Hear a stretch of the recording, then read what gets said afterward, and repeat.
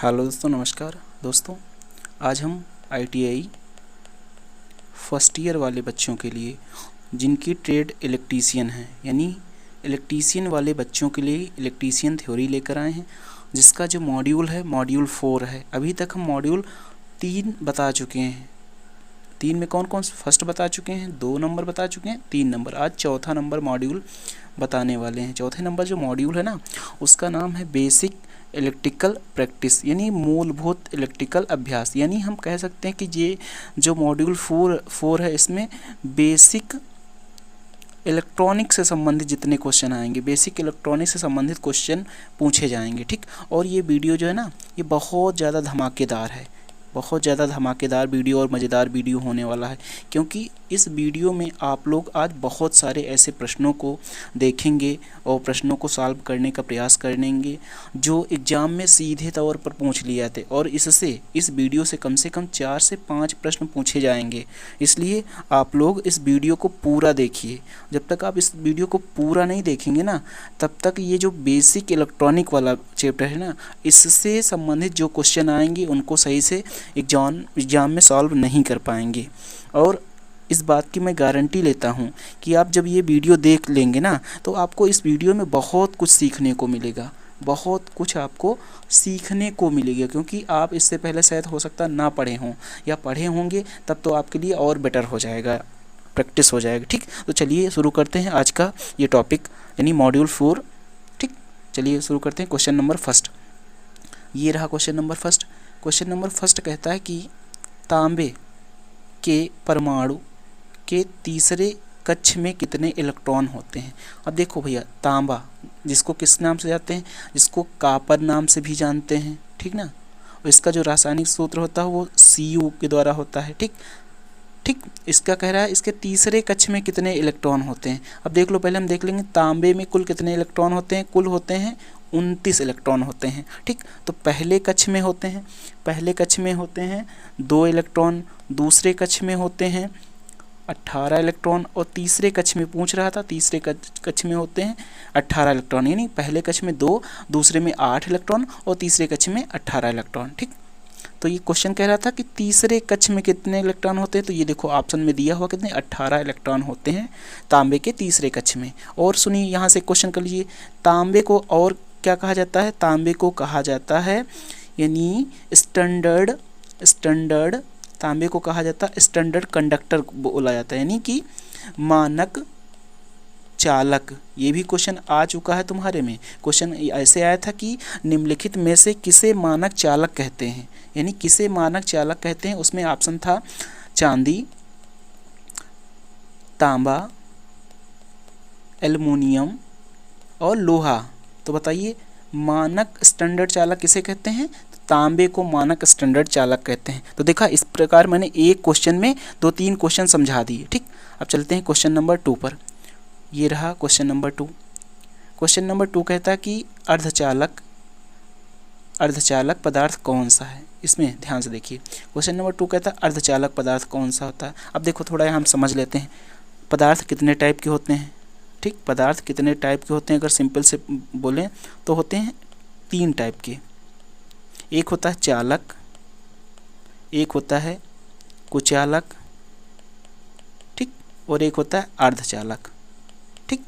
जो चालक होता है उसमें विद्युत का प्रवाह आसानी से हो जाता है, यानी उसमें बिजली बहुत आसानी से एक स्थान से दूसरे स्थान में प्रवाहित हो जाती है, ठीक। जैसे कॉपर हो गया, ठीक, एल्युमिनियम हो गया, ठीक, चांदी हो गई, ये सब चालक होते हैं। कुचालक वे पदार्थ जिसमें विद्युत का प्रवाह नहीं होता है, उन्हें कुचालक कहते हैं। जैसे प्लास्टिक हो गई, ठीक, यूरेका हो गया, ठीक, इसमें विद्युत का प्रवाह नहीं होता है। ये पूछ रहा। एक होता है अर्धचालक, यानी वह पदार्थ जिसमें चालकों की अपेक्षा कम तथा अर्धचालकों की अपेक्षा ज़्यादा मुक्त इलेक्ट्रॉन होते हैं, विद्युत का प्रवाह होता है, उसे बोला जाता है अर्धचालक, यानी इसको सेमीकंडक्टर बोला जाता है, ठीक। तो इसमें पूछ रहा था सेमीकंडक्टर कौन सा है, तो ये देखो जर्मेनियम।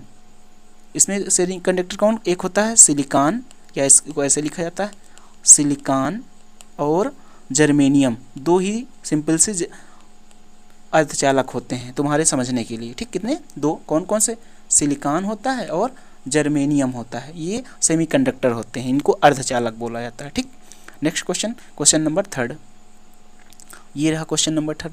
क्वेश्चन नंबर थर्ड कहता है कि नियॉन ध्रुवता संकेत का एसी आपूर्ति जांचते समय संकेत क्या होगा। देखो जो नियॉन होते हैं, एक होता है नियॉन बल्ब कह सकते हैं, ठीक, नियॉन बल्ब, ठीक, इसमें क्या होता है, नियॉन बल्ब में नियॉन एक सजावटी प्रकाश व्यवस्था के लिए उपयोग किया जाता है। जैसे रॉड पहले यूज किए जाते थे ना, रॉड, ठीक, ये तो ऐसे रॉड यूज किए जाते थे, तो इसके अंदर नियॉन गैस फिल होती थी, तो जैसे इसमें विद्युत की हम सप्लाई देते थे, ठीक, तो ये जो नियॉन होती थी ना, ये चमकने लगती थी। ये सजावटी कार्यों में वर्क किए जाते हैं। जैसे ट्यूब, इसमें क्या होता है, इसमें होता है, इसमें कांच की एक ट्यूब होती है जिसमें नियॉन भरी होती है, इस पर जब हम हाई वोल्टेज देते हैं, ठीक ना, तो ये चमकने लगती है, तो इसको बोला जाता है नियॉन। ठीक, तो ये कहते हैं नियॉन ध्रुवता चेक करने के लिए एसी की आपूर्ति जांचने का संकेत क्या है। तो ऑप्शन पे चलते हैं। ऑप्शन फर्स्ट कहता है दोनों इलेक्ट्रोड जलते हैं, यानी जब हम नियॉन, ये बल्ब है नियॉन, ठीक, और इसमें जब हम एसी की आपूर्ति देते हैं, ठीक ना, तब क्या होता है, तब कहता है दोनों इलेक्ट्रोड जलते हैं। फर्स्ट ऑप्शन कहता है। सेकंड ऑप्शन कहता है केवल एक इलेक्ट्रोड जलता है, यानी केवल एक सिरे का जलता है या दोनों सिरे के जलते हैं। और थर्ड ऑप्शन कहता है दोनों इलेक्ट्रोड चमकते हैं, दोनों इलेक्ट्रोड चमकते हैं, ये किनारे वाले। फोर्थ ऑप्शन कहता है एक इलेक्ट्रोड जलेगा और दूसरा चमकेगा। तो देखो जब नियॉन में एसी की जाँच करते हैं ना ध्रुवता की, तब होता है दोनों इलेक्ट्रोड जलते हैं, यानी ये जो किनारे इलेक्ट्रोड यहाँ लगे होते हैं वो जलने लगते हैं। वो जब जलते हैं तब इसमें जो नियॉन गैस फिल होती है ना, वो चमकने लगती है। इसको समझ लो, इसको ये ऐसे बना होता है, ठीक ना, हम यहाँ सिंपल से समझाने के लिए बता रहे हैं तुमको, ठीक, ये ऐसे यहाँ एसी सप्लाई देते हैं, यहाँ लगे होते हैं इलेक्ट्रोड किनारे किनारों पर, ठीक, और इसमें भरी होती है नियॉन गैस, ठीक। जब इसमें विद्युत की सप्लाई देते हैं ना, तो ये जो इलेक्ट्रोड होते हैं ये क्या होते हैं, ये जलने लगते हैं, ठीक। ये जब इलेक्ट्रोड जलते हैं तो इसके अंदर जो नियॉन गैस भरी होती है ना, वो चमकने लगती है, ठीक, इसी से प्रकाश निकलता है, ठीक। तब हम जब कह सकते हैं जब नियॉन को एसी सप्लाई देते हैं तो दोनों इलेक्ट्रोड क्या करते हैं, जलने लगते हैं। इसका करेक्ट आंसर हो जाएगा ऑप्शन नंबर फर्स्ट।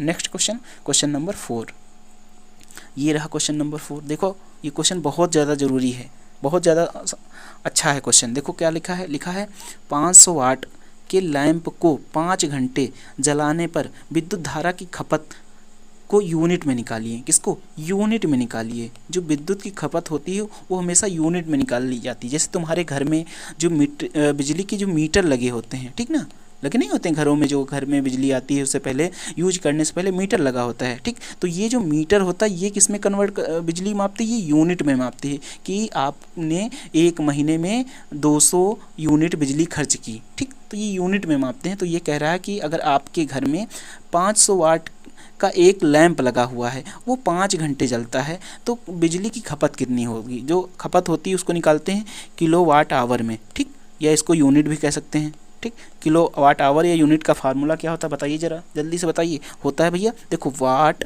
गुणे घंटे गुणे दिन, ऐसे हम निकालते हैं अपान 1000, 1000 से भाग देने पर, ठीक। तो देखो यहाँ दिन नहीं दिया है तो दिन हम नहीं रखेंगे, क्या क्या दिया है, दिया है वाट, ये देखो लिखा कितना 500 वाट, तो लिखेंगे 500 गुणे घंटे, घंटे कितना 5, दिन दिया नहीं तो दिन नहीं रखेंगे, गुणे अपान कर देंगे 1000, ठीक।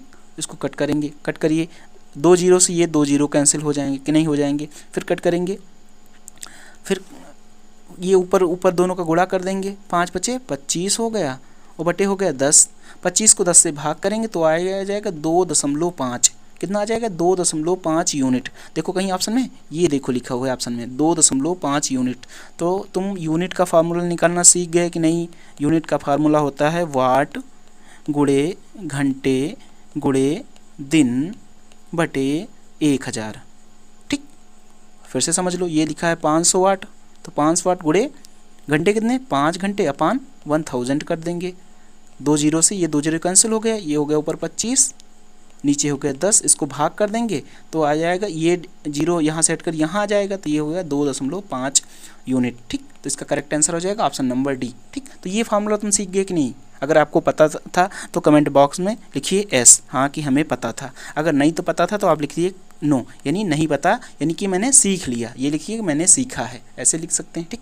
नेक्स्ट क्वेश्चन पे चलते हैं, क्वेश्चन नंबर 5, ये रहा क्वेश्चन नंबर 5। क्वेश्चन नंबर 5 ये क्वेश्चन नंबर 5 कहता है कि एक यानी 100 वाट और 250 वोल्ट से रेटेड बल्ब के गर्म प्रतिरोध का मान, यानी कि आप एक बल्ब लेकर आते हैं, ठीक ना, आप एक क्या लेकर आते हैं, बल्ब लेकर आते हैं, ठीक। उसका जो रेटेड मान होता है वो कितना होता है, 200 वाट और 250 वोल्ट होता है, ठीक। तो ये कह रहा है इस बल्ब का रेजिस्टेंस कितना होगा, ठीक, प्रतिरोध का मान ज्ञात करना। चलिए भैया शुरू करते हैं प्रतिरोध का मान ज्ञात करने के लिए। तो देखो यहाँ समझ लीजिए वाट बराबर होता है वोल्टेज गुणे एम्पियर। सिंपल से ये फार्मूला होता है, नोट कर लो, वाट बराबर होता है वोल्टेज गुणे एम्पियर। देखो इसमें रेजिस्टेंस का मान ज्ञात करना है ना, लेकिन हमको सबसे पहले एम्पियर का मान यानी कि धारा का मान ज्ञात करना होगा। तो वाट से हम निकालेंगे पहले धारा का मान, फिर रेजिस्टेंस का मान निकालेंगे, ठीक। ये कोई डायरेक्ट क्वेश्चन नहीं सॉल्व करेंगे, ठीक। पहले हम इसके निकालेंगे धारा का मान यानी आई का मान निकालेंगे, उसके बाद आई को जो ओम का नियम है उस पर रख देंगे, वी बराबर आई आर पर रख देंगे तो मान निकल आएगा, ठीक। चलिए इस पे शुरू करते हैं। वाट बराबर होता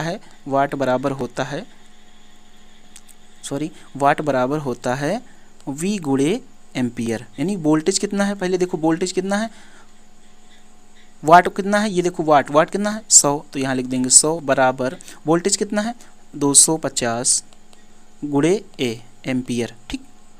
तो एम्पियर बराबर क्या कर देंगे, ये जो 250 है इसको दूसरी ओर भेज देंगे, तो एम्पियर बराबर लिखेंगे, इधर का ये 100 ऊपर हो जाएगा, अपान ये जो 250 इसको दूसरी ओर भेज देंगे तो अपान में आ जाएगा 250 नीचे आ जाएगा, एक जीरो से एक जीरो कैंसिल हो गया, ठीक। अब 5 से काट दीजिए, 5 दूना 10, 5 पचे 25, कितना हो गया 2/5 एम्पियर हो गया कि नहीं, इसको 2/5 एम्पियर यहीं छोड़ दीजिए, ठीक। अब हमको निकालना है रेजिस्टेंस यानी ओम के नियम के अकॉर्डिंग क्या करेंगे, ओम के नियम के अकॉर्डिंग करिए। ओम के नियम ने क्या बताया था, उसने बताया था कि R बराबर होता है वी आई, ओम के नियम के अकॉर्डिंग, ठीक। तो R का मान मुझे ज्ञात करना, V का मान देखो दिया है कितना 250, तो यहाँ लिख देंगे 250 गुणे I का मान कितना, ये देखो I तुमने निकाला था, ठीक। तो ये 2/5 कर देंगे, तो इसको यहाँ समझिए R बराबर, तो ये 250 हो गया बटे ये जो 2 है ये 2 हो जाएगा, ये जो 5 है ना ये ऊपर चला जाएगा, तो ये गुणे 5 हो जाएगा, ठीक। तो ये कितना हो गया 25 पंचे 125 हो गया 1250 बटे 2, ठीक। अब इसको हम डिवाइड कर देंगे, कट कर देंगे, ठीक। कट करेंगे कितना हो जाएगा 625 ओम, ठीक। जब इसको डिवाइड करके 1250 को 2 से भाग करेंगे तो आ जाएगा 625 ओम। तो देखो एक ऑप्शन मिल रहा है कितना 625 ओम यहाँ मिल गया, ठीक। तो जो अगर कोई बल्ब है जिसमें 1000 यानी 100 वाट है और 250 वोल्टेज रेटेड है, ठीक, तो उसका जो प्रतिरोध होगा कितना हो जाएगा 625 ओम रेजिस्टेंस हो जाएगा उसका, ठीक। तो ये समझ में आया क्वेश्चन कि नहीं, अगर नहीं आया तो इसको फिर से देख लीजिए या फिर कमेंट बॉक्स में कहिए, मैं अलग से इसके लिए कुछ वीडियो बना दूं, इस तरह के क्वेश्चन एक आध क्वेश्चन तुमको सॉल्व करा दूं। ये क्वेश्चन आया हुआ है तुम्हारे एग्जाम में, ठीक, इसको हल्के में मत लीजिए, अगर नहीं आएगा तो ठीक क्लास में हमसे पूछ भी सकते हो इसके बारे में, ठीक। चलिए नेक्स्ट क्वेश्चन पे चलते हैं, क्वेश्चन नंबर 6, ये रहा क्वेश्चन नंबर 6। क्वेश्चन नंबर 6 कहता है कि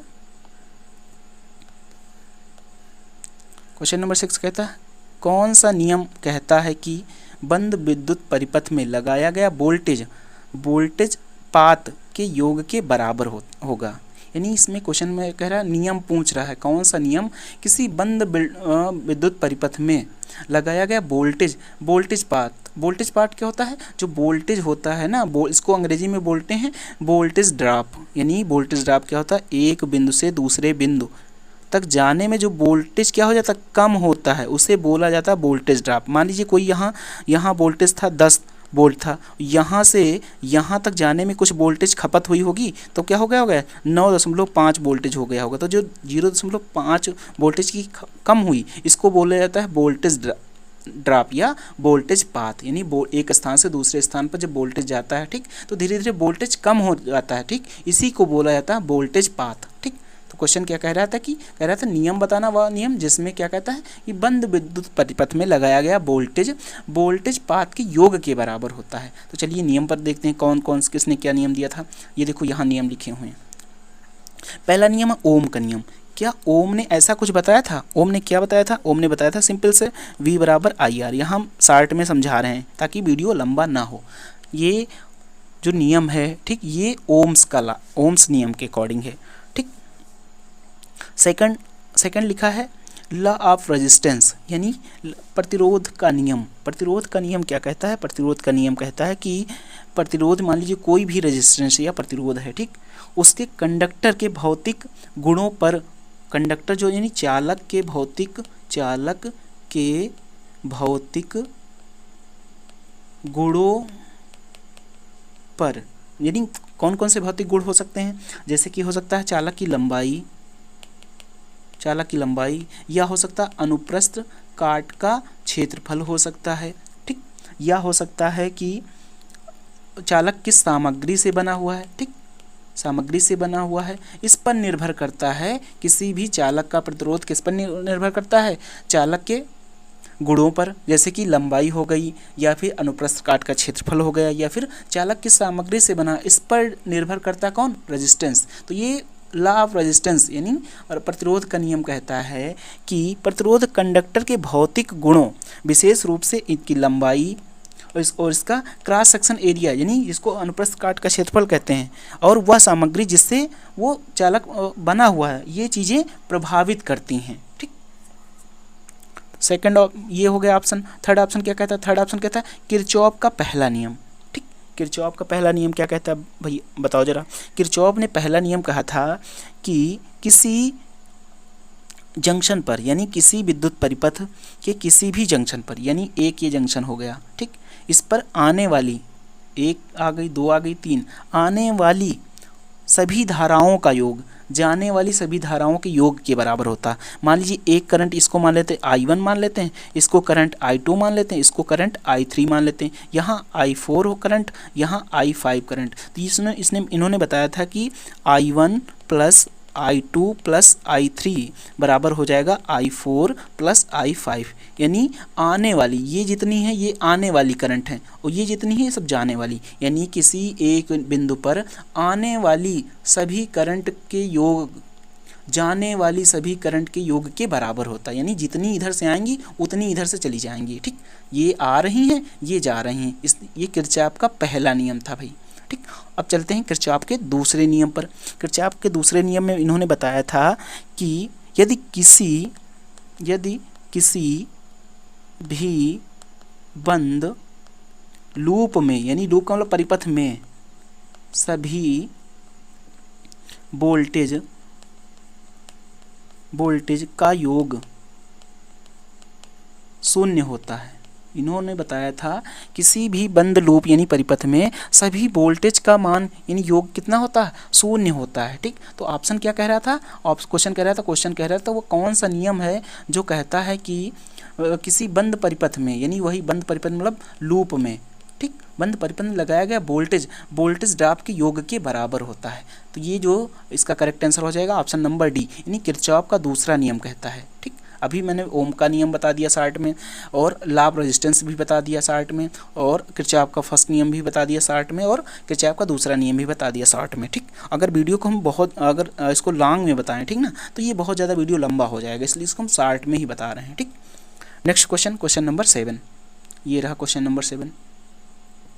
देखो ये भी क्वेश्चन बहुत ज़रूरी है, इस तरह के आध दो क्वेश्चन पूछे ही लिए जाते हैं, ठीक। ये क्वेश्चन कहता है कि 200 वाट 240 वोल्ट के दो लैंप 240 वोल्टेज आपूर्ति की श्रेणी क्रम में जुड़े हुए हैं, तो कुल शक्ति पूछ रहा है। ये बल्ब ऐसे बना सकते हैं, किसमें जुड़े हैं? श्रेणी क्रम में। तो यहाँ से स्टार्ट करना है बनाते, ये एक बल्ब हो गया तुम्हारा, दूसरा बल्ब ये हो गया, ठीक।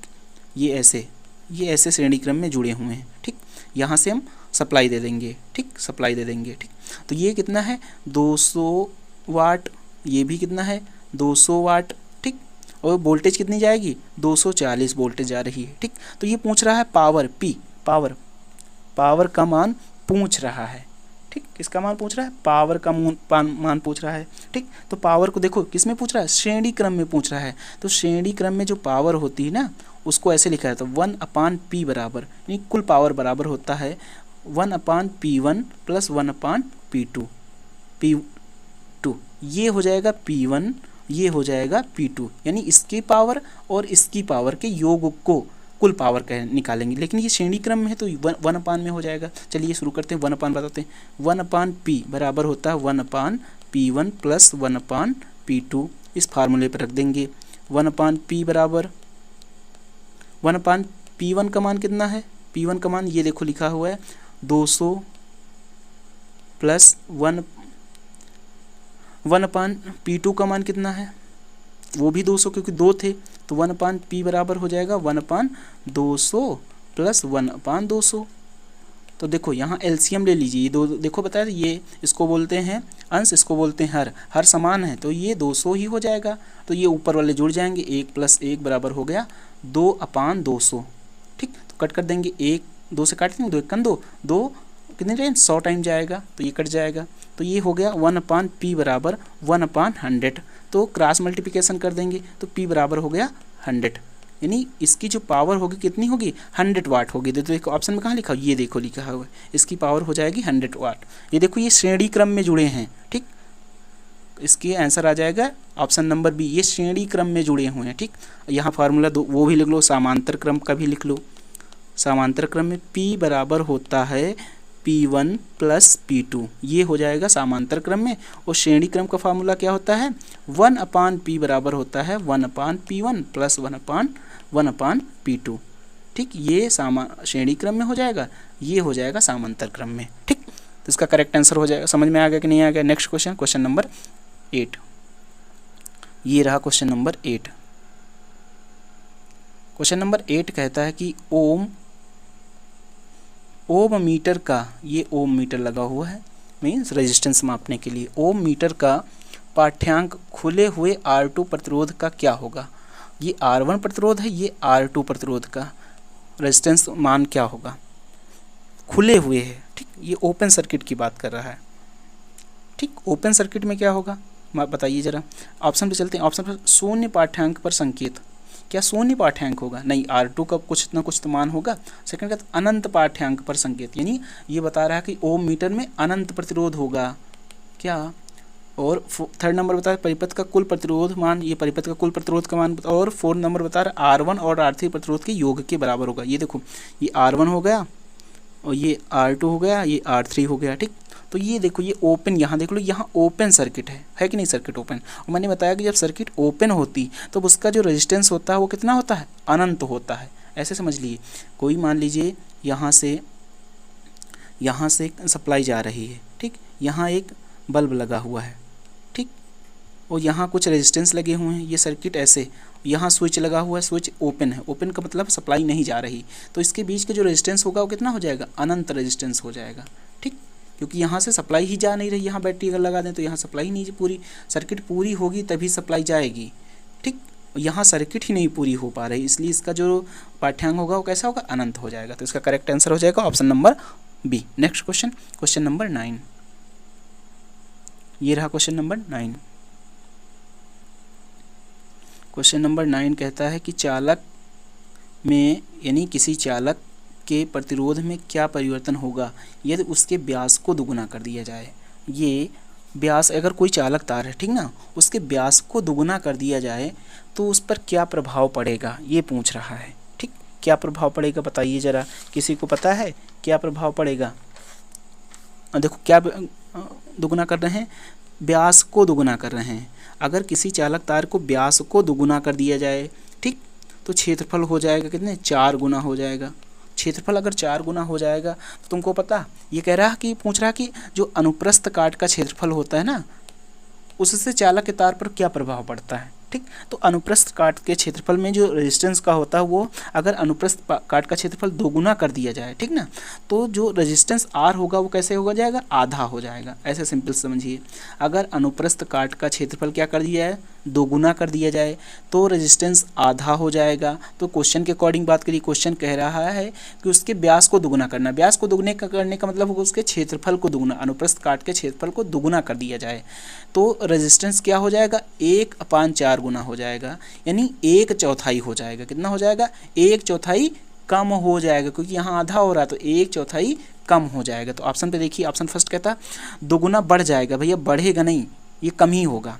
ठीक, 4 गुना कम हो जाएगा, हाँ उसका कितना, 1/4 कम हो जाएगा, इसी को बोलते हैं 4 गुना कम होना। ठीक, तो इसका correct answer option number B. देखो यहाँ देख लो, ये जो चालक तार होता है इसकी लंबाई पर निर्भर करता है रेजिस्टेंस, और इसका अनुप्रस्थ काट का जो क्षेत्रफल होता है, ठीक ना, वो जो जैसे ये तार है इसकी मोटाई पर निर्भर करता है। जैसे जैसे तार की मोटाई बढ़ती जाएगी वैसे वैसे रेजिस्टेंस क्या हो जाएगा, कम होता जाएगा, और जैसे जैसे तार की लंबाई बढ़ती जाएगी, ठीक ना, वैसे वैसे रेजिस्टेंस भी बढ़ता जाएगा। ठीक, तो समझ में आया कि नहीं। अगर किसी चालक तार की लंबाई बढ़ा दी जाए, अगर किसी चालक तार की लंबाई क्या कर दी जाए भैया, बढ़ा दी जाए, तो जो ये रेजिस्टेंस होगा वो कैसे हो जाएगा, और बढ़ जाएगा, यानी उसके चालक तार का प्रतिरोध और बढ़ जाएगा। ठीक, अगर किसी चालक तार की चौड़ाई, चौड़ाई का मतलब होगा उसका अनुप्रस्थ काट का क्षेत्रफल क्या कर दिया, बढ़ा दिया जाए,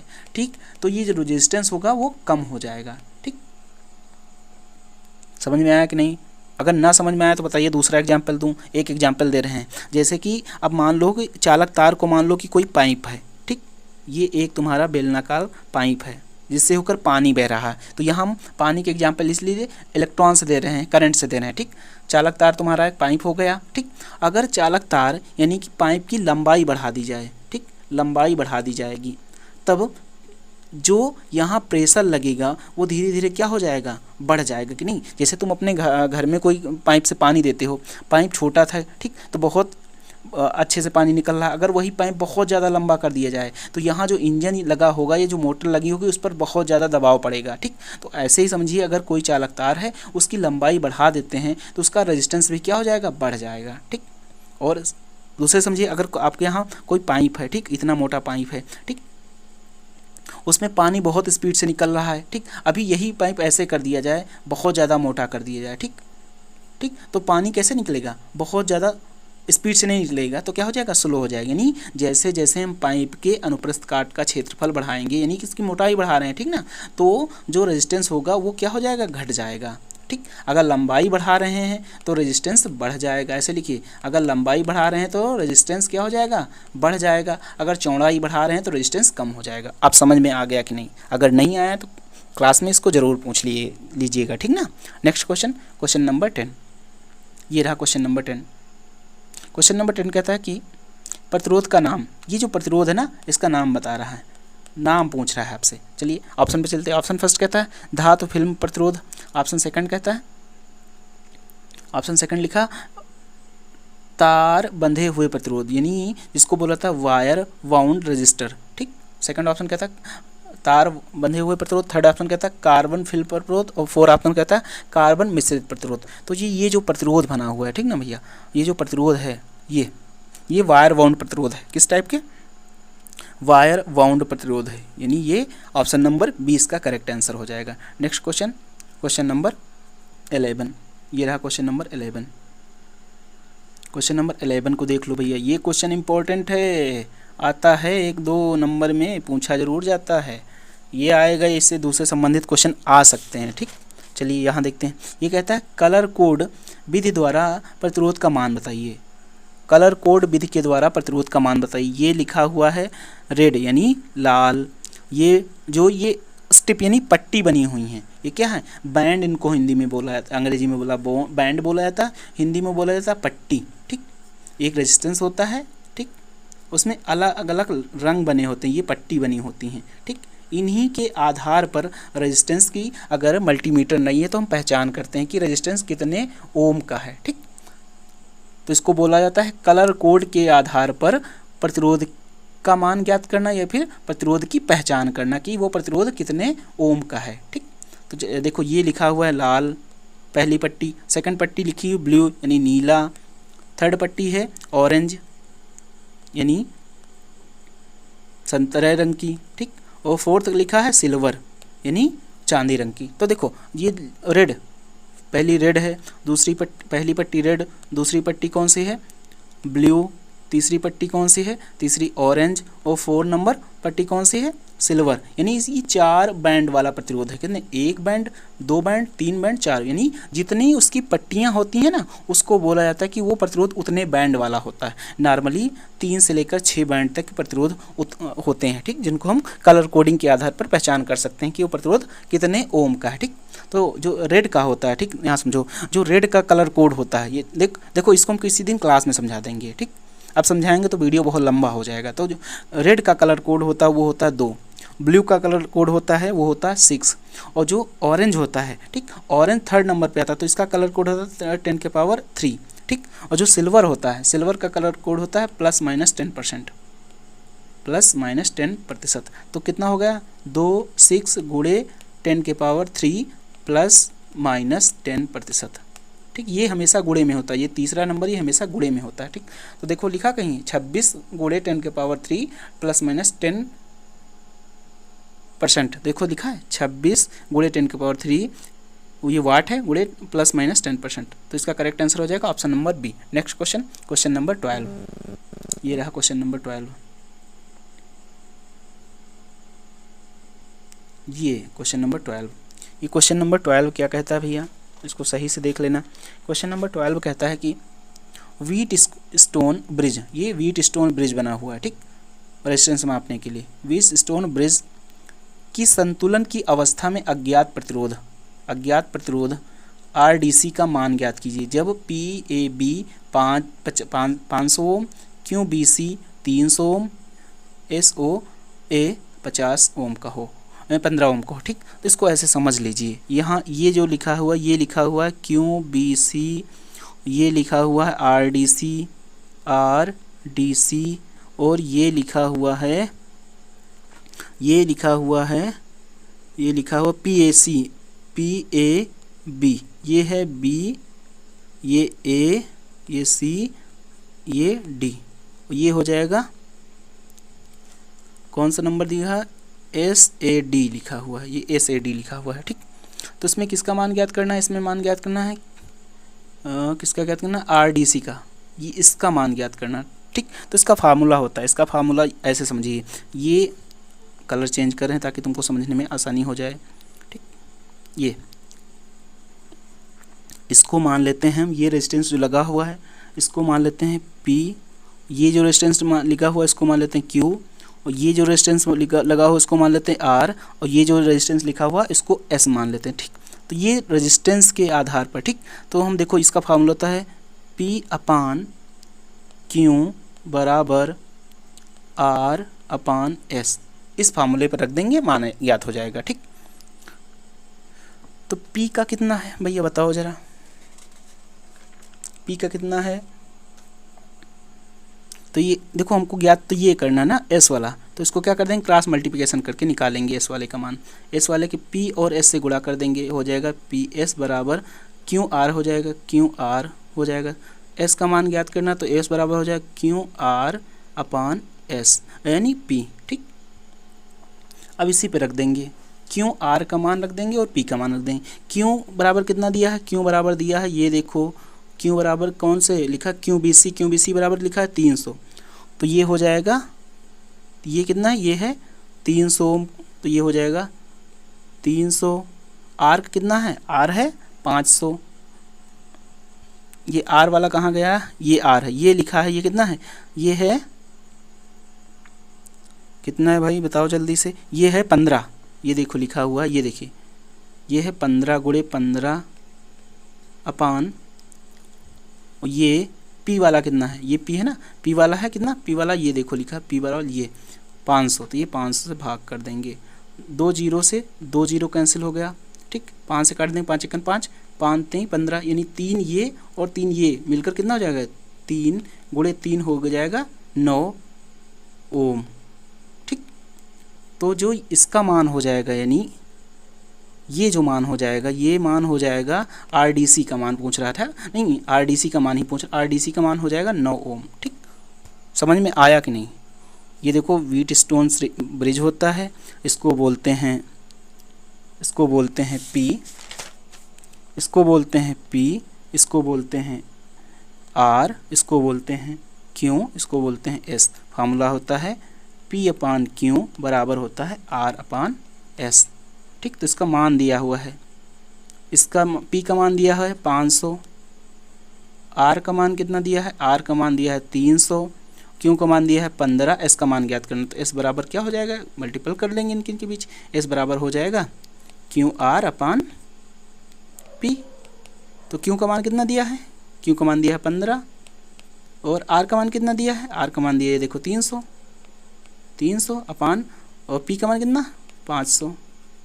कट कर देंगे 2 जीरो से, 2 जीरो कैंसिल हो जाएंगे, ये 3 है तो 5 से काट, 5 कर 5, 5 3 15, 3 और 3 मिलकर गुणा कर लेंगे, ये 3 और ये 3 से गुणा हो जाएगा, 3 3 का 9, फिर से देख लो 9 ओम आ गया, तो इसका करेक्ट आंसर हो जाएगा option number B. Next question, question number 13, ये रहा क्वेश्चन नंबर 13।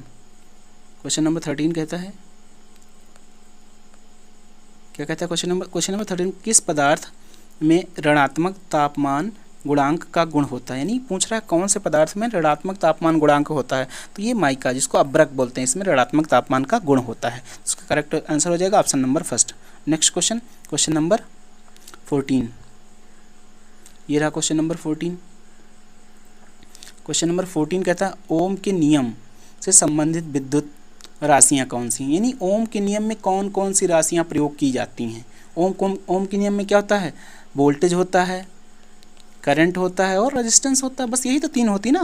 V बराबर IR फार्मूला याद है कि नहीं याद है, ठीक, तो यहाँ बताना है क्या होता है। ऑप्शन पे चलते, लिखा धारा होती है, प्रतिरोध होता है, शक्ति, यहाँ भैया शक्ति कहीं है ही नहीं तो पहला ऑप्शन कैंसिल हो गया यूं ही। सेकंड ऑप्शन पे चलते हैं, सेकंड ऑप्शन कहता है धारा होती है, वोल्टेज होता है, प्रतिरोध, हाँ भाई धारा ये देखो हो गई I और वोल्टेज हो गया V और प्रतिरोध ये हो गया R, तो इसका करेक्ट आंसर हो जाएगा option number second. Option third भी देख लेते हैं, थर्ड ऑप्शन कहता है धारा होती है, वोल्टेज होता है, प्रतिरोध, यहाँ भी वही लिखा हुआ है, क्या लिखा हुआ है, धारा वोल्टेज प्रतिरोध, तो ये ऑप्शन गलत है, यहाँ कुछ और लिखा होगा, ठीक, या हम इसको कह सकते हैं, आप यहाँ देखो ऑप्शन सी दिया हुआ है, तो देखो दोनों में सेम लिखा हुआ है, तो ठीक, तो इसको हम चाहे बी भी मान सकते हैं और सी भी मान सकते हैं, ठीक। और फोर्थ ऑप्शन कहता है वोल्टेज प्रतिरोध और धारा दक्षता होती ही नहीं, तो इसका करेक्ट आंसर हो जाएगा बी और सी, क्योंकि दोनों में सेम ही दिया हुआ है, ठीक, दोनों में सेम ही दिया हुआ है। नेक्स्ट क्वेश्चन, क्वेश्चन नंबर 15, ये रहा क्वेश्चन नंबर 15। क्वेश्चन नंबर 15, यहाँ इसका कलर थोड़ा चेंज करें, ये रहा क्वेश्चन नंबर 15। इसमें क्या कह रहा है, समांतर परिपथ में R2 का मान ज्ञात कीजिए, ठीक, ये होमवर्क के लिए क्वेश्चन, ये सिंपल सा ऐसे समझ लीजिए कि ये रेजिस्टेंस का मान है 10 ओम, ठीक, ये वाले रेजिस्टेंस का मान है 15 ओम, ये वाले रेजिस्टेंस का मान है 20 ओम, ठीक, तो ये होमवर्क के लिए है, आपको इसका कुल रेजिस्टेंस का मान ज्ञात करके कमेंट बॉक्स में देना। ये क्वेश्चन इतना समझिए, और ये जो लिखा है इसको मत समझिए क्योंकि ये साफ साफ दिख नहीं रहा, ठीक। ये मान लीजिए पहला रेजिस्टेंस कितना 10 ओम का, सेकंड रेजिस्टेंस 15 ओम का, थर्ड रेजिस्टेंस लगा 20 ओम का, ठीक, तो इसको कुल ओम का मान ज्ञात करना है। फार्मूला याद है कि नहीं, ये किस क्रम में लगा हुआ है, ये समांतर क्रम में लगा हुआ, ठीक, तो आपको समांतर क्रम वाला फार्मूला लगा के इस प्रतिरोध का मान ज्ञात करना और इसका जवाब कमेंट बॉक्स में ही देना, ठीक ना। ये 15 नंबर क्वेश्चन है, ये होमवर्क के लिए है, ठीक। नेक्स्ट क्वेश्चन, क्वेश्चन नंबर 16, ये रहा क्वेश्चन नंबर 16। क्वेश्चन नंबर 16 कहता है कि एक शाखा खुली होने पर समांतर परिपथ में क्या प्रभाव पड़ेगा, यानी मान लीजिए कोई यहाँ से ये बैटरी लगी हुई है, ठीक, यहाँ से करंट फ्लो हो रही है, यहाँ करंट जा रही है और यहाँ तुम्हारा स्विच लगा हुआ है, ठीक, यहाँ स्विच तुम्हारा लगा है, यहाँ से करंट ऐसे जाएगी, यहाँ तुम्हारा बल्ब लगा हुआ है, ठीक, तो ये कह रहा है कि एक शाखा खुली होने पर समांतर परिपथ में क्या प्रभाव पड़ेगा, परिपथ में क्या प्रभाव पड़ेगा, ठीक, तो यहाँ एक समांतर हो चाहे श्रेणी क्रम में चाहे जिसमें, ठीक, तो क्या प्रभाव पड़ेगा, क्या ये सर्किट की धारा बहेगी, क्योंकि ये तो स्विच ओपन है, ठीक, ओपन देखो यहाँ से यहाँ नहीं जाएगी, यहाँ तक करंट आएगी, यहाँ तक आएगी, आगे नहीं जाएगी, ठीक, क्योंकि स्विच ओपन है, तो क्या कह रहा है उस शाखा में धारा नहीं बहेगी, यहाँ ये धारा नहीं बहेगी, तो इसका करेक्ट आंसर हो जाएगा ऑप्शन नंबर थर्ड, ठीक। नेक्स्ट क्वेश्चन, क्वेश्चन नंबर 17, ये रहा क्वेश्चन नंबर 17। क्वेश्चन नंबर 17 कहता है कि प्रतिरोधकता की इकाई क्या है, यानी रजिस्टिविटी की इकाई क्या है, ठीक, ऑप्शन पे चलते हैं। ऑप्शन फर्स्ट है ओम सेंटीमीटर, ऑप्शन सेकंड है ओम सेंटीमीटर स्क्वायर, ऑप्शन थर्ड है ओम मीटर, ऑप्शन फोर्थ है ओम अपान मीटर, ठीक, तो जो प्रतिरोधकता होती है ये होती ओम मीटर, इसको में मापा जाता है, ठीक, इसका करेक्ट आंसर हो जाएगा option number C. Next question, question number 18, ये क्वेश्चन रहा क्वेश्चन नंबर 18। क्वेश्चन नंबर 18 कहता है कि सर्किट ब्रेकरों में आर्क समन सुरक्षा के लिए किस प्रकार का प्रतिरोध प्रयोग किया जाता है, यानी आर्क समन से सुरक्षा के लिए किस प्रकार का प्रतिरोध प्रयोग किया जाता है। ऑप्शन पे चलते हैं। ऑप्शन फर्स्ट है वेरिस्टर, ऑप्शन सेकंड है सेंसिस्टर, ऑप्शन थर्ड है थर्मिस्टर, ऑप्शन फोर्थ है लाइट डिपेंडेंट रेजिस्टेंट। तो इसका करेक्ट आंसर क्या हो जाएगा? जो आर्क किसके लिए? आर्क समन के लिए, आर्क समन के लिए जिसका प्रयोग करते हैं ना वो होता है वेरिस्टर। किसका प्रयोग करते हैं? वेरिस्टर का प्रयोग करते हैं आर्क समन के लिए। वेरिस्टर का प्रयोग किसके लिए करते हैं? आर्क शमन के लिए ये रेजिस्टेंस है। ठीक, यहाँ और रेजिस्टेंस देख लीजिए, सेंसिस्टर, सेंसिस्टर भी एक तरह का रेजिस्टेंस होता है। ठीक, जो सेंसिटिविटी के आधार पर काम करता है। ये देख लीजिए थर्मिस्टर, थर्मिस्टर एक प्रकार का प्रतिरोध होता है, ये भी एक प्रकार का प्रतिरोध होता है जिसका काम होता है तापमान के आधार पर ये काम करता है। ठीक ना, ये तापमान के आधार पर ये रेजिस्टेंस काम करता है। ये प्रायः दो प्रकार का होता है। कितने? दो प्रकार का होता है। एक को बोलते हैं ऋणात्मक तापमान गुणांक। ठीक, इसको अंग्रेजी में बोलते हैं NTC। एक को बोला जाता है धनात्मक तापमान गुणांक, जिसको बोला जाता है PTC। ठीक, देखो इसमें थोड़ा सा अंतर होता है NTC और PTC में। जो NTC होता है ये कार्य करता है कि इसका प्रतिरोध तापमान बढ़ने पर घटता है। यानी इसका प्रतिरोध क्या होता है? जैसे ही टेम्परेचर बढ़ेगा, ठीक, तो इसका रेजिस्टेंस क्या होगा? घटेगा। सिंपल समझ लिए, टेम्परेचर बढ़ रहा है, ऊपर कहीं तीर लगाए हो ना, ये टेम्परेचर बढ़ रहा है तो रेजिस्टेंस क्या होगा? घटेगा। और इसमें क्या होता है? टेम्परेचर बढ़ेगा, ठीक, तो रेजिस्टेंस क्या होगा? इसमें क्या होता है? सेकंड वाले में क्या होता है? ये कह रहे सेकंड वाले में होता है इसका अगर तापमान बढ़ेगा तो रेजिस्टेंस भी बढ़ेगा। ठीक, समझ में आया कि नहीं? ये जो थर्मिस्टर होता है ये एक तरह का प्रतिरोध होता है जो तापमान के आधार पर कार्य करता है। ठीक ना, ये दो प्रकार के होता है। एक को बोला जाता है ऋणात्मक प्रतिरोध तापमान यानी ऋणात्मक तापमान गुणांक, जिसको NTC बोलते हैं। सेकंड होता है धनात्मक तापमान गुणांक, जिसको PTC बोलते हैं। ये NTC क्या होता है? ये काम करता है जैसे जैसे तापमान बढ़ेगा वैसे वैसे इसका रेजिस्टेंस कम होता चला जाता है। और जो PTC होता है ना, जैसे जैसे तापमान इसका बढ़ेगा वैसे वैसे इसका रेजिस्टेंस भी बढ़ता जाता है। ठीक, और इसका उपयोग देख लेते हैं। थर्मिस्टर का कहाँ कहाँ उपयोग करते हैं? रेफ्रिजरेटर में, यानी फ्रिज में इसका उपयोग करते हैं। ठीक, और जो AC होती है, ठीक ना, एयर कंडीशन वाली AC, उसमें प्रयोग करते हैं। ओवन, जो खाना बनाने के ओवन का प्रयोग किया जाता है उसमें भी प्रयोग करते हैं। मोटर में प्रयोग करते हैं। जो आग फायर वाले अलार्म होते हैं ना, उसमें भी इसका प्रयोग करते हैं, क्योंकि टेम्परेचर के आधार पर ये करंट जाने देगा। अगर टेम्परेचर अभी बताया ना, दो टाइप के होते हैं NTC और PTC। ठीक, NTC क्या होगा? जैसे जैसे टेम्परेचर बढ़ेगा वैसे वैसे इसका रेजिस्टेंस क्या हो जाएगा? घटना चला जाएगा। और PTC क्या होगा? जैसे जैसे टेम्परेचर बढ़ेगा वैसे वैसे इसका रेजिस्टेंस बढ़ता चला जाएगा। ठीक, तो ये इसमें यानी फ्रिज में प्रयोग किए जाते हैं। AC यानी एयर कंडीशनर जो कूलर होता है उसमें प्रयोग किए जाते हैं। अलार्म में प्रयोग किया जाता है। आग में, ओवन में प्रयोग किया जाता है। ठीक ना, इसमें इसका प्रयोग किया जाता है। ठीक, नेक्स्ट क्वेश्चन, क्वेश्चन नंबर 19। ये देखो फिर से क्वेश्चन आ गया कलर कोड वाला। क्वेश्चन 19 क्या था? कलर कोड विधि के द्वारा प्रतिरोध का मान ज्ञात कीजिए। ठीक, चलिए कलर कोड विधि के द्वारा प्रतिरोध का मान ज्ञात करते हैं। देखो इसमें कलर कोड याद होना चाहिए। ठीक, तभी आप प्रतिरोध का मान ज्ञात कर सकते हैं। इसमें देखो फर्स्ट कलर कौन सा दिया हो, इसको फर्स्ट बोलेंगे, इसको सेकंड, इसको थर्ड, इसको फोर्थ। यानी इसमें 4 बैंड हैं। कितने? 4 बैंड हैं, यानी 4 पट्टियां हैं। ठीक, पहली बैंड क्या है, दूसरी बैंड क्या है, तीसरी बैंड क्या है, चौथी बैंड क्या है। पहली बैंड कौन सी है? कलर बताइए कौन सा कलर है? ये जो पहली बैंड है इसको बोलते हैं रेड, दिख रहा है ना, रेड कलर। सेकंड बैंड ये कौन सा है? ये ग्रीन कलर है। और थर्ड बैंड कौन सा है? थर्ड बैंड है ऑरेंज कलर। फोर्थ बैंड कौन सा है? ये फोर्थ बैंड कौन सा है? ये क्या है? ये कलर है गोल्ड है ये ना, ये गोल्ड कलर है। ठीक, चलिए ऑप्शन लगाते हैं इसको फार्मूला पे।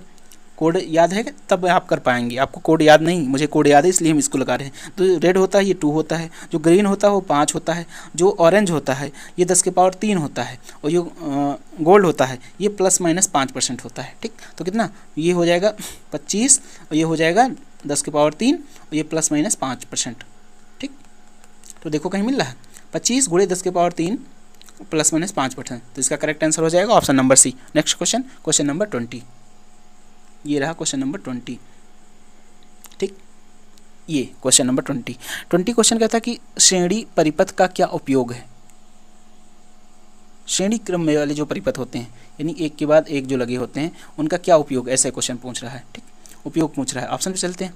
ऑप्शन फर्स्ट कहता है वोल्ट मीटर संयोजन में श्रेणी परिपथ का उपयोग किया जाता है। ऑप्शन सेकंड कहता है घरों में प्रकाशीय परिपथ, घर में जो वायरिंग की जाती है वो किस क्रम में की जाती है, क्या श्रेणी क्रम में की जाती है, समांतर क्रम में की जाती है। इसका जवाब कमेंट बॉक्स में दीजिए, बताइए, सभी लोग बताइए। घरों में जो वायरिंग करते हैं ना, वो किस क्रम में वायरिंग करते हैं, इसका जवाब तुमको कमेंट बॉक्स में देना है, ठीक। सेकंड ऑप्शन कहता है, थर्ड ऑप्शन कहता है अमीटर में शंट प्रतिरोध के रूप में। फोर्थ ऑप्शन कहता है कि वोल्ट मीटर का मल्टीप्लायर प्रतिरोध, यानी जो श्रेणी परिपथ होता है उसका उपयोग करते हैं वोल्ट मीटर का मल्टीप्लायर प्रतिरोध में, ठीक। यानी वोल्ट मीटर हमेशा श्रेणी क्रम में लगाया जाता है, और जो प्रतिरोध होते हैं किसमें, मल्टीप्लायर में, कई ज़्यादा लगे होते हैं वो श्रेणी क्रम में लगाए जाते हैं, ठीक। अब तुमको कमेंट बॉक्स में जवाब दिया कि नहीं, घरों में प्रकाशीय परिपथ के जितने भी उपकरण लगे होते हैं या वायरिंग जो होती है वो किस क्रम में होती है, इसका जवाब कमेंट बॉक्स में दीजिए। Next question number 21। ये रहा क्वेश्चन नंबर 21। देखो इस टॉपिक में कुल 41 क्वेश्चन हैं, अब हम 21 नंबर क्वेश्चन पर पहुँचे हुए हैं, ठीक। 21 क्वेश्चन क्या कहता है, श्रेणी परिपथ में खुले हुए प्रतिरोध का क्या प्रभाव पड़ेगा। क्या प्रभाव पड़ेगा भैया, श्रेणी परिपथ में खुला हुआ प्रतिरोध का मान क्या प्रभाव पड़ेगा। ऑप्शन पे चलते हैं। ऑप्शन फर्स्ट कहता है खुले प्रतिरोध में कोई प्रभाव नहीं होगा। कोई प्रभाव नहीं होगा, नहीं, प्रभाव तो होगा ही होगा, तो ये ऑप्शन गलत हो गया। सेकंड ऑप्शन पे चलते हैं खुले प्रतिरोध में से पूर्ण परिपथ धारा बहेगी। क्या पूर्ण परिपथ धारा बह सकती, नहीं। थर्ड ऑप्शन कहता है खुले प्रतिरोध के दोनों ओर कुल आपूर्ति वोल्टेज दिखेगा। हाँ, जो खुला हुआ परिपथ होगा उसमें दोनों ओर आपूर्ति वोल्टेज दिखेगा, यानी ऐसे समझिए, यहाँ तुम्हारी बैटरियाँ लगी हुई हैं, यहाँ से करंट जा रही है, यहाँ तुम्हारा स्विच लगा हुआ है, ये यहाँ तुम्हारा बल्ब लगा हुआ है, ठीक। तो यहाँ से जाएगा, ये ओपन सर्किट बोलते हैं, तो यहाँ भी वोल्टेज रहेगा, यहाँ भी वोल्टेज रहेगा, क्योंकि ये पॉजिटिव वाला रहेगा, ये निगेटिव वाला रहेगा। तो कह रहे हैं दोनों ओर क्या रहेगा, वोल्टेज दिखेगा, ठीक। दिख रहा है कि नहीं, यहाँ से ये वोल्टेज एक जाएगा इधर से जाने के लिए, एक ये होगा रिटर्न के लिए, ठीक। Next question number 22। अब इस चैप्टर के आधे क्वेश्चन पे हम आए हैं, ध्यान से क्वेश्चन करते रहिए, ओबिएगा मत, ठीक। सॉल्व कर लेंगे, ठीक। ये कह रहा है R2 R3 प्रतिरोध में प्रतिरोध का मान ज्ञात। ये सिंपल सर्किट बना हुआ है, इसको सर्किट को कट कर दीजिए, हम सर्किट सिंपल से बना रहे हैं देखने के लिए। एक ये रेजिस्टेंस लगा हुआ है, एक ये रेजिस्टेंस लगा हुआ है, एक ये रेजिस्टेंस लगा हुआ है, ठीक।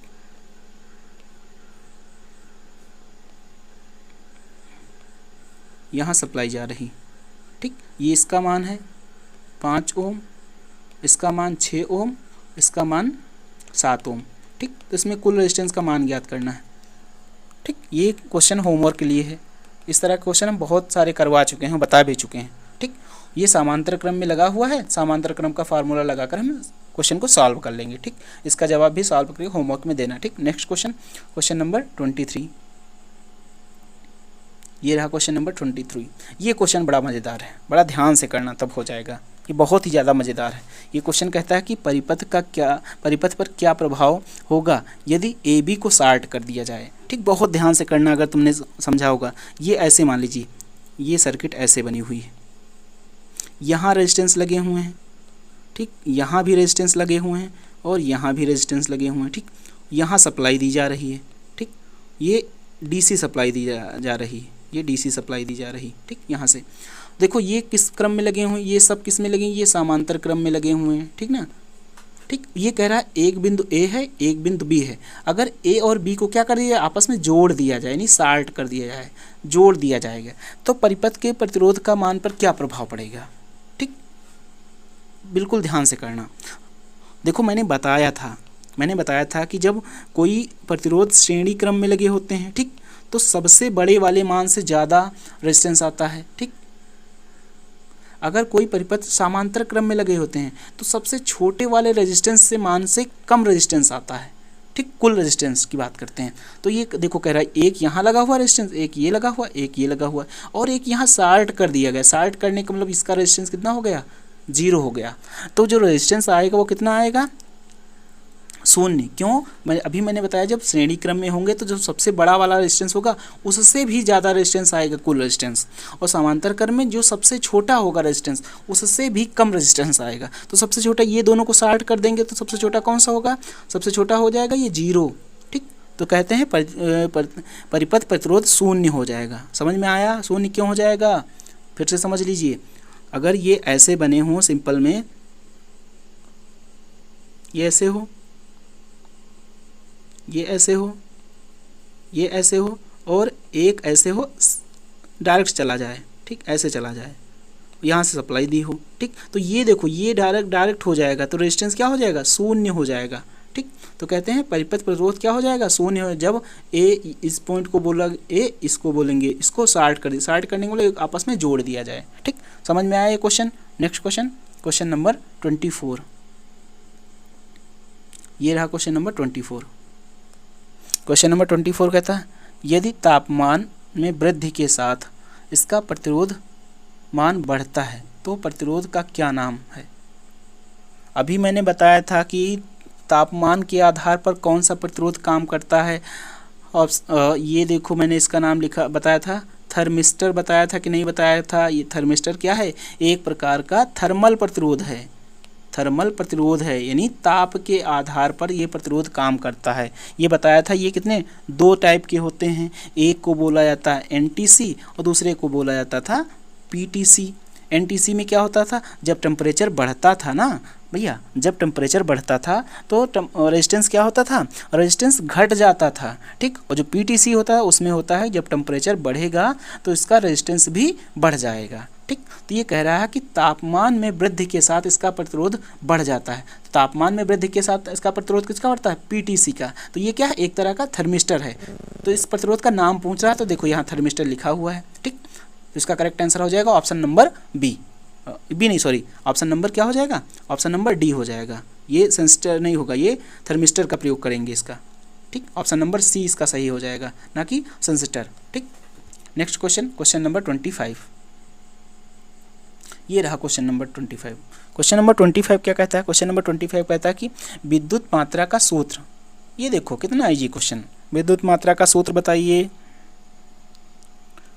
यहाँ इलेक्ट्रिसिटी यानी क्वांटिटी ऑफ इलेक्ट्रिसिटी का पूछ रहा है, ठीक। क्यों बराबर आई टी यानी ए टी कह सकते हैं। तो इसका करेक्ट आंसर हो जाएगा धारा गुणे समय, ठीक, विद्युत मात्रा का सूत्र। नेक्स्ट क्वेश्चन, क्वेश्चन नंबर 26, ये देखो बच्चों वाला क्वेश्चन, बहुत छोटा क्वेश्चन है। ये क्वेश्चन कहता है चालकता की इकाई क्या है। भैया चालकता की इकाई बता दो फट दे, क्या है। ऑप्शन फर्स्ट ये देखो लिखा हुआ, चालकता की इकाई महो। चालकता की इकाई क्या है, महो। और प्रतिरोधकता की इकाई अभी तुरंत बताए थे, प्रतिरोधकता की इकाई क्या होती है, प्रतिरोधकता की इकाई होती है ओम मीटर। प्रतिरोधकता की इकाई क्या होती है, ओम मीटर होती है। चालकता की इकाई महो होती है, ठीक। समझ में आया कि नहीं, चालकता होगी तब महो लिख देंगे, प्रतिरोधकता होगी तो ओम मीटर होगी। ओम किसकी होती है, प्रतिरोध की इकाई होती है, ठीक। नेक्स्ट क्वेश्चन, क्वेश्चन नंबर 27, ये रहा क्वेश्चन नंबर 27। क्वेश्चन नंबर 27 कहता है कि ओम प्रति डिग्री सेंटीग्रेड में प्रतिरोध में परिवर्तन का कौन सा परिभाषित करता है। यानी कह रहा है कि अगर प्रतिरोध में ओम प्रति डिग्री से टेम्परेचर बढ़ रहा है तो उसको क्या बोलेंगे, तापमान प्रभाव क्या बोलेंगे, और तापमान के नियम बोलेंगे, तापमान के नियतांक बोलेंगे, या तापमान गुणांक बोलेंगे। तो जो ओम मीटर में रेजिस्टेंस परिवर्तित होता है उसको बोलते हैं तापमान गुणांक। किसमें बोलते हैं, इसको लिखा जाता है तापमान गुणांक, ठीक। इसका करेक्ट आंसर हो जाएगा option number D. Next question, question number 26, ये रहा क्वेश्चन नंबर 26। क्वेश्चन नंबर 26 कहता है कि 28 है, बैटरी की ध्रुवता जांचने के लिए किस प्रकार के मीटर का प्रयोग करते हैं। बताओ भैया, बैटरी की ध्रुवता जांचने के लिए किस प्रकार के मीटर का प्रयोग करते हैं। ऑप्शन पे चलते हैं। ऑप्शन फर्स्ट है चल लौह अमीटर, अमीटर की बात कर रहा है। सेकंड कहता है चल कुंडली वोल्ट मीटर।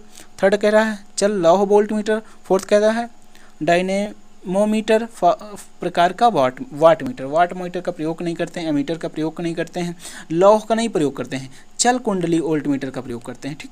इसका करेक्ट आंसर हो जाएगा ऑप्शन नंबर बी। समझ में आ रहा है कि नहीं आ रहा है, बोलिए भैया। नेक्स्ट क्वेश्चन, क्वेश्चन नंबर 29, ये क्वेश्चन देखो मज़ेदार क्वेश्चन। क्वेश्चन नंबर 29, अब अभी बताया था वोल्टेज ड्रॉप, बताया था कि नहीं। वोल्टेज ड्रॉप क्या होता है, वोल्टेज पात या वोल्टेज ड्रॉप, वोल्टेज पात या वोल्टेज ड्रॉप क्या होता है। अभी बताया था कोई एक बिंदु है यहाँ से यहाँ करंट जा रही, वोल्टेज जा रहा है, तो वोल्टेज अगर यहाँ 10 वोल्ट है तो धीरे धीरे वोल्टेज क्या हो जाएगा, कम होगा, उसमें वोल्टेज के मान में कमी को बोलते हैं वोल्टेज पात या वोल्टेज ड्रॉप। यानी एक स्थान से जब दूसरे स्थान पर वोल्टेज जाता है तो वोल्टेज के मान में धीरे धीरे कमी होने लगती है, उसको बोलते हैं वोल्टेज ड्रॉप। ये कमी क्यों होती है, ये रेजिस्टेंस के कारण कमी होती है, ठीक ना भैया। तो ये रेजिस्टेंस के कारण कमी होती है जिसको बोलते हैं वोल्टेज ड्रॉप। या हम कह सकते हैं एक स्थान से जब वोल्टेज जाता है और कई स्थानों में डिवाइड हो जाएगा तब भी उसको बोलते हैं वोल्टेज ड्रॉप, ठीक। एक स्थान से कई स्थानों में डिवाइड हो जाना भी वोल्टेज ड्रॉप उसे कहते हैं, ठीक। तो यहाँ देखो क्वेश्चन कहता है कि श्रेणी परिपथ में प्रतिरोधक R2 में वोल्टेज पात का मान ज्ञात कीजिए। ये कितने ओम का लगा हुआ है 100 ओम का रेजिस्टेंस। ये R1 है, ये R2 है। R2 कितने 200 ओम का रेजिस्टेंस लगा हुआ है। ये R3 है, ये कितने 300 ओम का रेजिस्टेंस लगा हुआ है। ये कितने हैं, ये R4 है, ये कितने ओम का लगा हुआ है 400 ओम का रेजिस्टेंस लगा हुआ है, ठीक। तो देखो सबसे पहले तो तुमको बताना है कुल रेजिस्टेंस, यानी कुल रेजिस्टेंस का मान कितना होगा। बताइए भैया ये किस क्रम में है, ये श्रेणी क्रम में है कि नहीं। ये देखो यहाँ से यहाँ तक ये श्रेणी क्रम में है, ठीक। तो श्रेणी क्रम में क्या होता है, सबको जोड़ दिया जाता है। R बराबर क्या होता है R1 plus R2 plus R3 plus R4, सबको जोड़ देते हैं। तो R1 कितना था 100, R2 कितना था 200, R3 कितना था 300, R4 कितना था 400, सबको जोड़ देंगे तो कितना हो जाएगा 1000 ओम हो गया। सबको मैंने जोड़ लिया और 1000 हो गया। अब कहता है वोल्टेज पात कितना होगा। तो देखो वोल्टेज पात का फार्मूला क्या होता है V बराबर IR, ठीक। अभी मैंने निकाला R का मान निकाल लिया, कितना 1000 ओम निकाला कि नहीं निकाला, R का मान निकाल लिया, ठीक। और यहाँ देखो वोल्टेज कितना दिया है, वोल्टेज दिया है V बराबर कितना 50 वोल्ट दिया हुआ। अब इधर पहले हम निकालेंगे I का मान, तभी तो इस फार्मूले पर रखेंगे I का मान। पहले यहाँ I का मान निकाल लीजिए। I का मान किस फार्मूले से निकालेंगे बताइए ज़रा। अरे वही भैया अपना ओम के नियम के अकॉर्डिंग निकालेंगे। ओम के नियम के अकॉर्डिंग क्या कहते हैं, I बराबर होता है V/R। V कितना है 50 वोल्ट, R कितना रेजिस्टेंस कितना 1000। एक से ये 0 कैंसिल हो गया, 5 से काट दीजिए, 5 एकन 5, 5 विषयम 100, यानी I का मान कितना हो गया 1/20। यानी जब 1 को 20 से भाग करेंगे तो आएगा 0.05, ठीक। तो I का मान मैंने निकाल लिया कितना 0.05 एम्पियर, ठीक। I का मान मैंने निकाल लिया, ठीक। अब यहाँ वोल्टेज ड्रॉप निकाल लेंगे, किस में निकालना R2 में निकालना। तो ये R2 का मान यहाँ लिख देंगे 200 ओम, ठीक। ये R2 है, ठीक। तो V का मान कितना है, V का मान दिया है 50 बराबर I का मान कितना, I का मान अभी निकालना कितना 0.05, ठीक। V का मान मुझे ज्ञात करना है, वोल्टेज ड्रॉप ज्ञात करना, ठीक।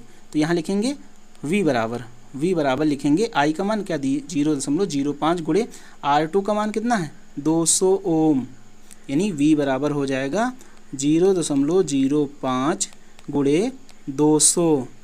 अब इसको गुणा कर देंगे तो V बराबर कितना हो जाएगा 5 दूनी 10। ये तो यहाँ देखो 2 अंक पहले डेसिमल, तो यहाँ 2 अंक पहले डेसिमल लगा देंगे यहाँ 10 के बाद, तो ये हो जाएगा V बराबर 10 वोल्टेज, ठीक। तो जो वोल्टेज पार्ट होगा वो कितना होगा 10 वोल्ट हो जाएगा वोल्टेज ड्रॉप, ठीक। नेक्स्ट क्वेश्चन नंबर 30, ये रहा क्वेश्चन नंबर 30। क्वेश्चन नंबर 30 क्या कहता है, 30 कहता है श्रेणी परिपथ का क्या उपयोग है। फिर से क्वेश्चन पूछ रहा है। श्रेणी परिपथ में हम ये ऐसे पूछ सकते हैं कि श्रेणी क्रम में किसका उपयोग किया जाता है। ये जो ऑप्शन दिए हैं ना, इसमें से बताइए श्रेणी क्रम में किसका प्रयोग किया जाता है। ऑप्शन फर्स्ट परिपथ में फ्यूज भी श्रेणी क्रम में लगाया जाता है। वोल्ट मीटर संयोजन, वोल्ट मीटर। घरों में विद्युत लैंप। ऑप्शन नंबर लास्ट है अमीटर में शंट प्रतिरोध। श्रेणी परिपथ का उपयोग परिपथ में फ्यूज लगाने के लिए किया जाता है, ठीक। Next question number 31।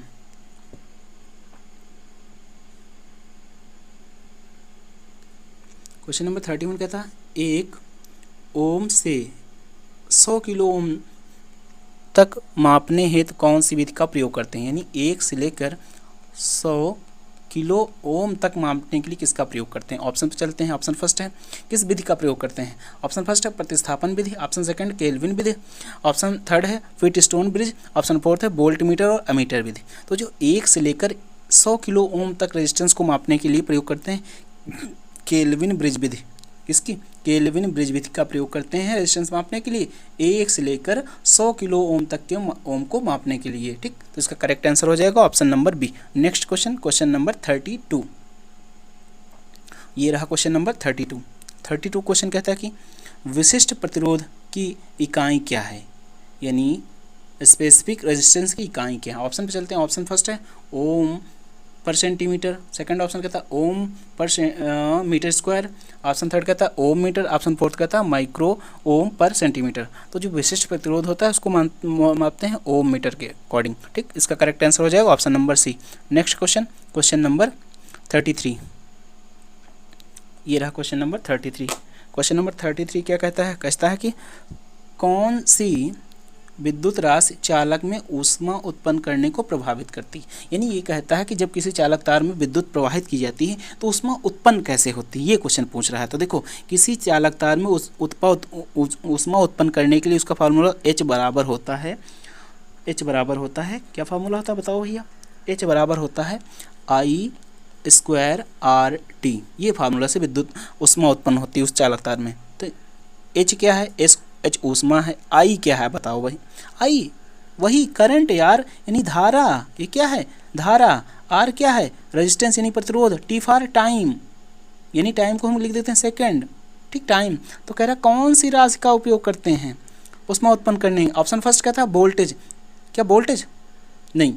Option second कहता है धारा का वर्ग। देखो भैया, धारा का वर्ग, धारा का वर्ग का मतलब होता है धारा का वर्ग, ऐसे लिखा जाता है। धारा यानी करंट का वर्ग, ये देखो लिखा हो। इसी के कारण किसी चालक तार में ऊष्मा उत्पन्न होती है। किसके कारण? धारा के वर्ग, यानी धारा जब 2 टाइम होती है तो उसको बोलते हैं धारा का वर्ग। ठीक, तो इसका करेक्ट आंसर हो जाएगा ऑप्शन नंबर बी। धारा के वर्ग के कारण किसी चालक तार में ऊष्मा उत्पन्न होती है।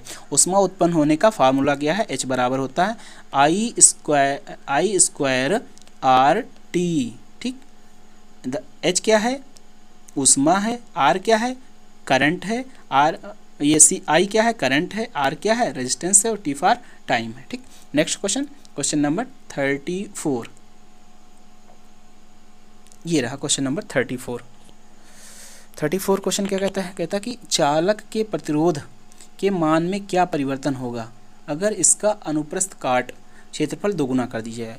देखो, प्रतिरोध के नियम के अकॉर्डिंग, यानी ओम्स लॉ, यानी रेजिस्टेंस ऑफ लॉ के नियम के अकॉर्डिंग कहता है कि यदि इसके अनुप्रस्थ काट के क्षेत्रफल में क्या कर दिया? परिवर्तन कर दिया जाता है, यानी दोगुना कर दिया जाए। वो फार्मूला याद कीजिए। कौन सा अभी बताया था कि मैंने एक पाइप के द्वारा मैंने बताया था कि जब एक पाइप लेते हैं, अगर पाइप की लंबाई बढ़ा देते हैं तो इसमें जो इंजन लगा होता था ना, वो बहुत ज़्यादा उसको प्रेशर लगाना पड़ता है पानी को आगे जाने के लिए, तो ये प्रेशर बढ़ जाता है। तो अगर ऐसे हम विद्युत में माने, अगर कोई तार छोटा सा है, ठीक, तो उसका रेजिस्टेंस कम होगा। ठीक, अगर तार की लंबाई बढ़ा देंगे तो रेजिस्टेंस क्या हो जाएगा? ज़्यादा हो जाएगा। ठीक, ये कहता है अनुप्रस्थ काट का क्षेत्रफल।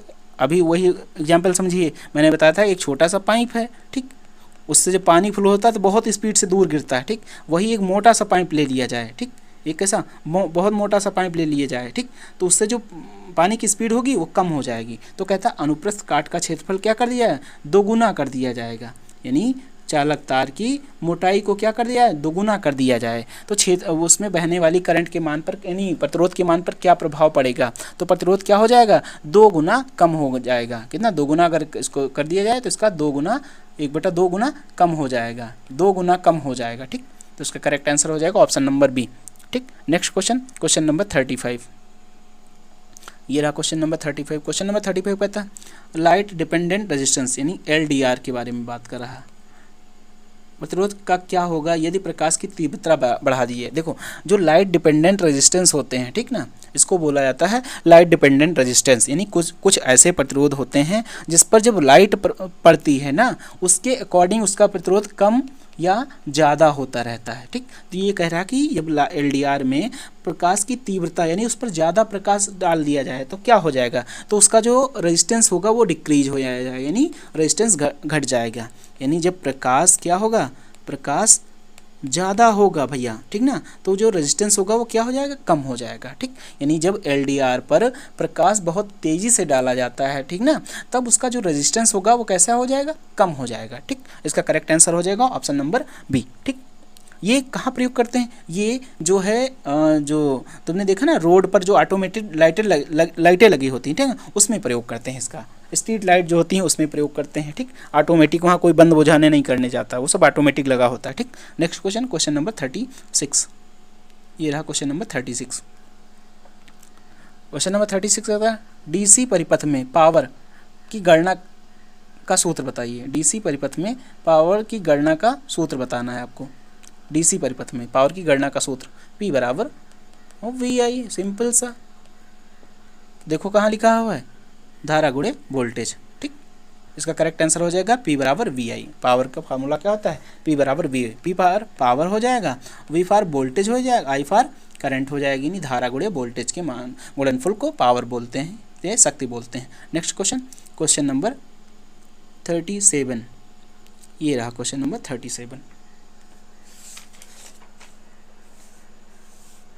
ये क्वेश्चन नंबर 37 है। क्वेश्चन नंबर 37 कहता है, ये भी देखो सॉल्व करने वाला क्वेश्चन है। क्वेश्चन कहता है कि 200 वाट 250 रेटेड, यानी 200 वाट और 250 रेटेड का एक जो है लैंप है, उसमें लगे प्रतिरोध की गणना करना है, ठीक।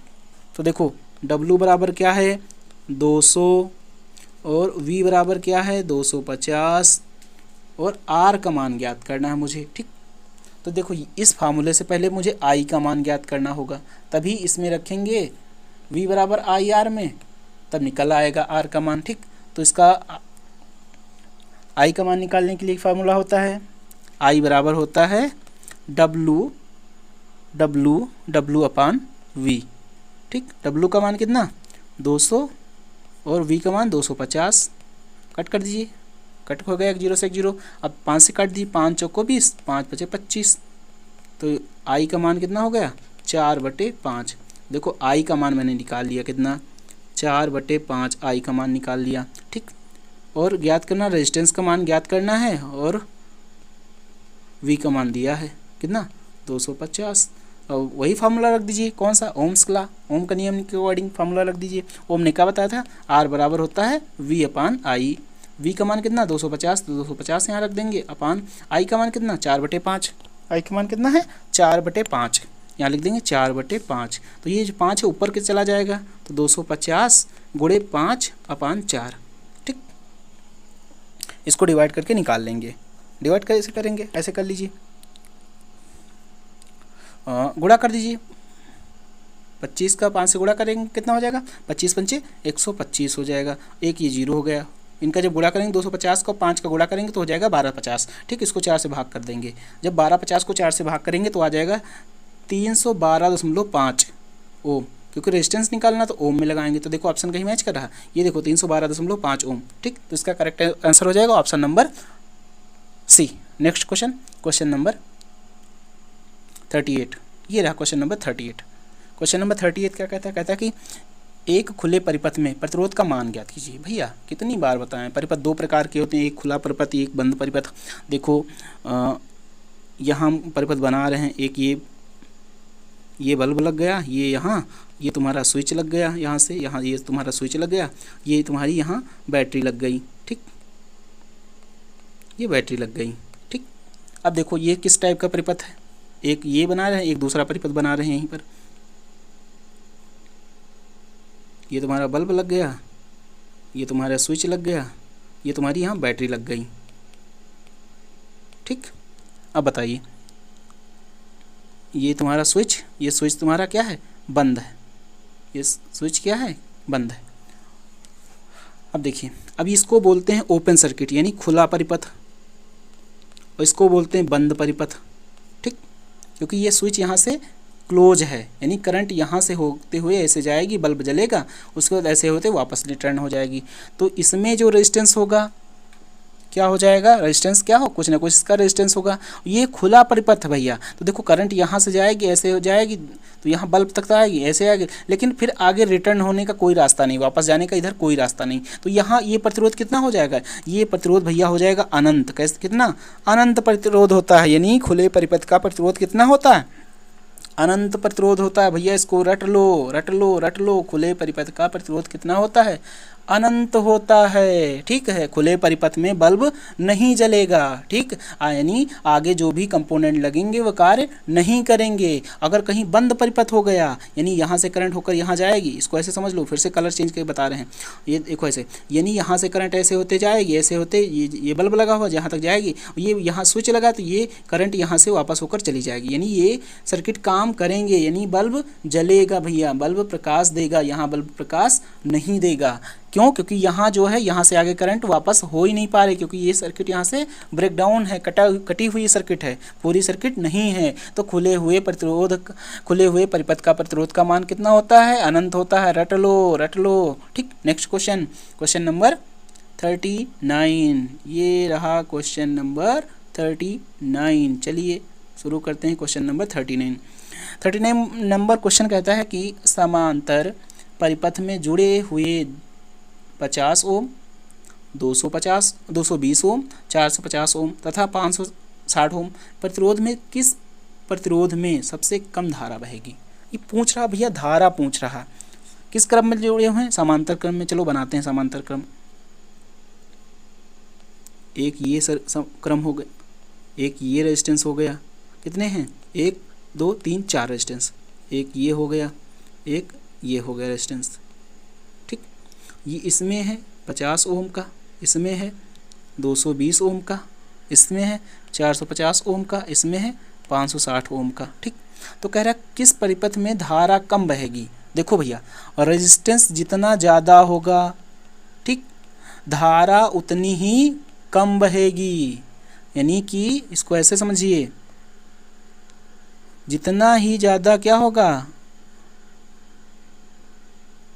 जितना ही ज़्यादा रेजिस्टेंस होगा उसमें करंट उतनी ही कम बहेगी। ठीक, तो देख लो, सबसे ज़्यादा जो रेजिस्टेंस होगा उसमें उतनी ही कम करंट बहेगी। तो सबसे ज़्यादा रेजिस्टेंस कौन सा है, 560 वाला रेजिस्टेंस, सबसे ज़्यादा ओम का जो रेजिस्टेंस है उसमें सबसे ज़्यादा रेजिस्टेंस है, तो उसमें करंट यानी धारा उतनी ही कम बहेगी। और इसी क्वेश्चन में कह दिया जाए कि सर्वाधिक धारा किस में बहेगी, तो जो सबसे कम रेजिस्टेंस वाला होगा। कौन सा सबसे कम रेजिस्टेंस वाला होगा, ये देखो 50 ओम का जो रेजिस्टेंस लगा हुआ है, ठीक ना, इसमें धारा सबसे ज़्यादा बहेगी। समझ में रहे ना, यानी ऐसे समझ लीजिए, जिसमें रेजिस्टेंस कम होगा उसमें धारा ज़्यादा बहेगी, और जिसमें रेजिस्टेंस क्या होगा, ज़्यादा होगा, उसमें करंट कम बहेगी। तो ये क्वेश्चन पूछ रहा है सबसे कम करंट किस में बहेगी, सबसे कम वाला पूछ रहा है, तो सबसे ज़्यादा रेजिस्टेंस किस में, ये देखो 560 वाला रेजिस्टेंस सबसे ज़्यादा है, तो सबसे कम करंट बहेगी।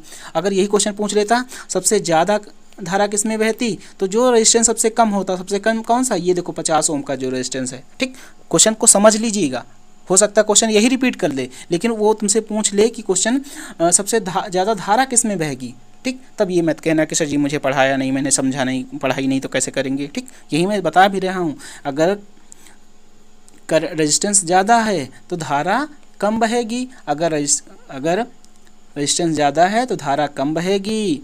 ठीक, और अगर रेजिस्टेंस कम है तो धारा ज़्यादा बहेगी। ठीक, तो इसका करेक्ट आंसर ऑप्शन के अकॉर्डिंग अगर धारा कम किस में बहेगी, जो सबसे ज़्यादा रेजिस्टेंस होगा, यानी इसका करेक्ट आंसर हो जाएगा ऑप्शन नंबर डी, यानी 560 ओम। नेक्स्ट क्वेश्चन, क्वेश्चन नंबर 40, ये रहा क्वेश्चन नंबर 40। क्वेश्चन नंबर 40 कहता है कि चालक तार का विशिष्ट प्रतिरोध का मान ज्ञात कीजिए। तांबे का पूछ रहा है, तांबे का पूछ रहा है भैया विशिष्ट प्रतिरोध। ऑप्शन चलते हैं, ऑप्शन फर्स्ट 1.72 ओम पर सेंटीमीटर क्यूब, सेकंड है 1.72 माइक्रो ओम्स, थर्ड ऑप्शन है 1.72 माइक्रो ओम पर centimetre cube, fourth option 1.7 micro ohm पर मीटर। तो जो तांबे का तार होता है इसका जो विशिष्ट प्रतिरोध होता है वो होता है 1.72 माइक्रो ओम पर सेंटीमीटर क्यूब। ठीक, next question, question number 40 and आज का ये लास्ट क्वेश्चन है। ठीक, 41 ये आज का लास्ट क्वेश्चन है। क्वेश्चन कहता है कि चालक के प्रतिरोध के विलोमानुपाती क्या होता है? अरे भैया ये क्वेश्चन बहुत इजी है, लेकिन तुमको डरा रहा है। डरा इसलिए रहता है, क्वेश्चन कह रहा है चालक के प्रतिरोध के विलोमानुपाती क्या होता है, यानी जब प्रतिरोध घटेगा तो क्या बढ़ेगा, ये पूछ रहा है। विलोमानुपाती मतलब उल्टा क्या होता है? ऑप्शन फर्स्ट, ऑप्शन कहता है लंबाई। मैंने बताया था कि जैसे जैसे लंबाई बढ़ती है वैसे वैसे प्रतिरोध भी बढ़ जाता है, यानी लंबाई बढ़ेगी तो प्रतिरोध बढ़ेगा, तो ये समानुपाती हो जाएगा। ठीक, समानुपाती का मतलब जितना ये बढ़ेगा उतना ये बढ़ जाएगा। ठीक, समानुपाती होता है। और विलोम अनुपाती का मतलब विलोमानुपाती का मतलब होता है जस्ट उल्टा, यानी कि ऐसा कोई क्या है जो बढ़े और रेजिस्टेंस क्या हो जाए, कम हो जाए। ठीक, तो ये हो जाएगा अनुप्रस्थ काट का क्षेत्रफल। बताया था कि नहीं बताया था अनुप्रस्थ काट का क्षेत्रफल?